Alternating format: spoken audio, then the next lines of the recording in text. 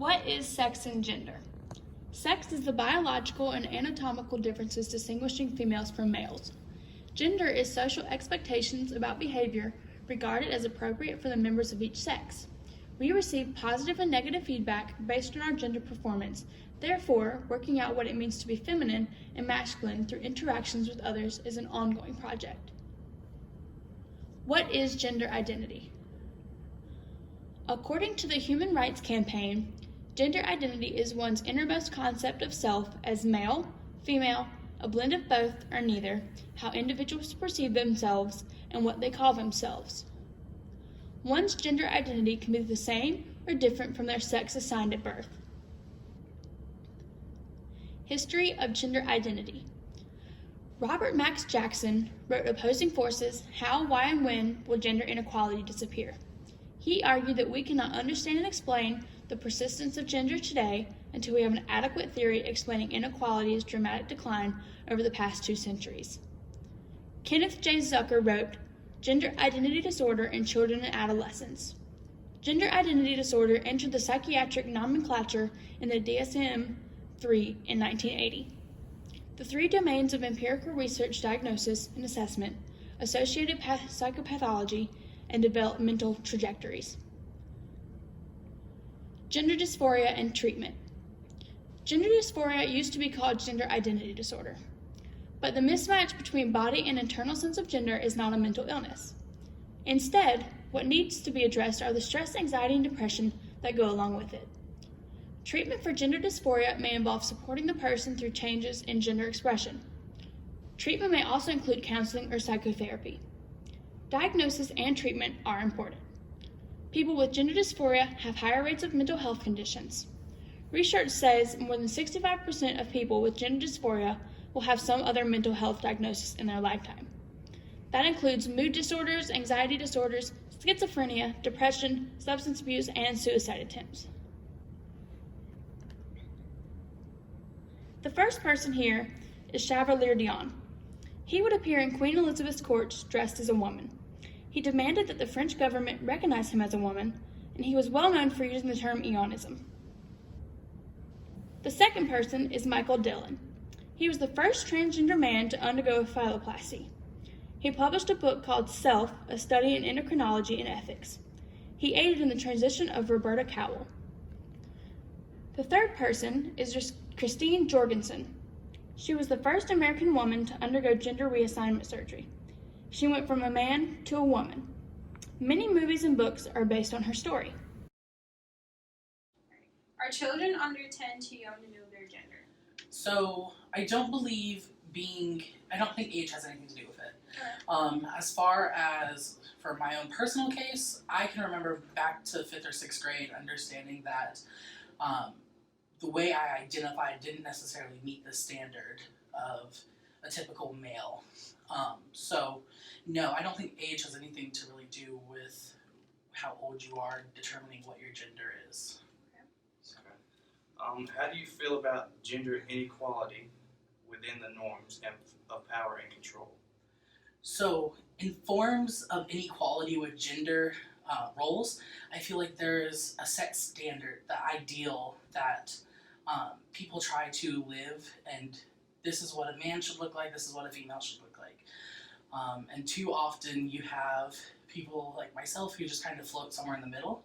I think gender is a spectrum, and so for people to think that there's one type, or even when we think back to how men used to be the household, run the household, and they were the provider, yes.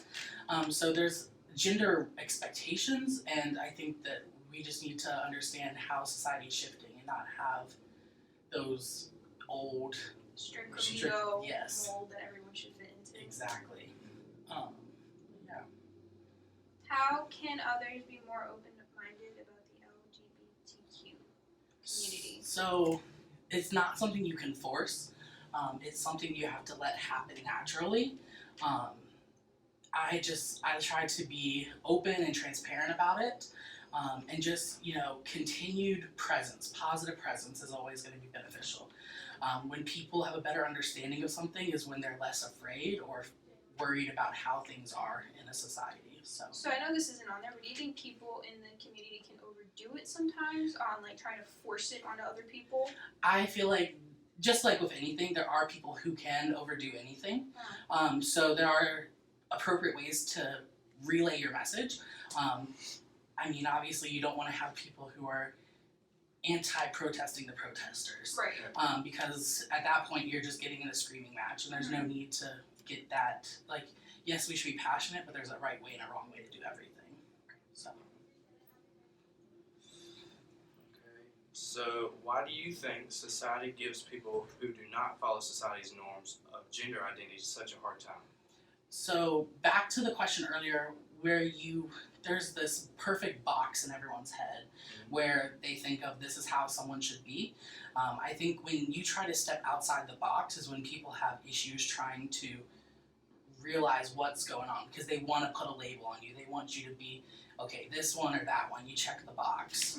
So often when you have somebody who doesn't necessarily fit that standard is when people kind of have issues with it.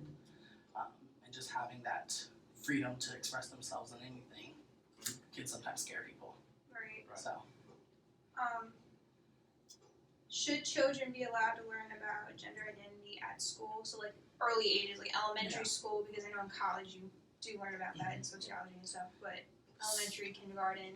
So I think it should be an entry level, like just the understanding of what it is. Because I think so often when you're young, there's this kind of idea where they don't understand the difference between what your sexual orientation is, what your sex is, and what your gender is. Okay. So there's often that understanding of, okay, the sex is what is between my legs, where the gender is how I identify. Okay. So if people understood that at a younger age, I think people would have less misunderstood feelings. Like, there's people who don't realize their gender expression until they're later in life, just because they don't understand that at a younger age. So how do you think parents who would send their kids to school like that would react to something that happening in that way of like, oh, my child shouldn't be learning this at such a young age? I think depending on how you relay the message. If you approach it from a strictly scientific, this is how this is what this is. Right. You don't have to go into the nitty gritty and details, but just a basic understanding of just where you're coming from. I think that is important. I think parents nowadays will be a little bit more inclined to it just because of how much we've progressed from back when you couldn't even really talk about sexual education in school. So I think it's made progress, but there of course will still be people who have issue with it, and I think it's just one of those things, kind of like if you don't want your kid to go through sexual education, you can opt them out.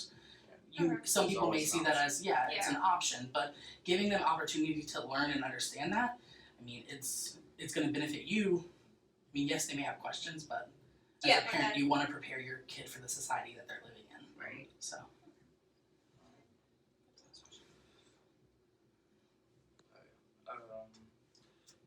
How do you feel about the HB2 law? So, this law, in my opinion, it's, I want to say, the word I want to use is rubbish, but I just think it shouldn't matter the whole grand scheme of things.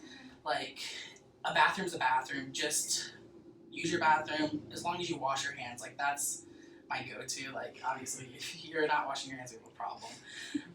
But yeah, it's just do your business, go to the bathroom. These are the 6 questions that we created to ask Michael in our video. We created these questions so that they would touch on the 8 agents of socialization. Why opinions differ. Everyone will have their own opinion of what gender identity is based off of, how they were raised, where they grew up, and what they were taught. Gender identity today.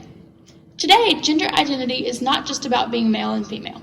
Society is slowly starting to accept the different identities and how some people are changing their gender identity to be able to feel more themselves. It is not easy for people who decide to identify differently, as society is harsh and not fully understand it yet. Our hope is that society will one day fully accept people for who they choose to be.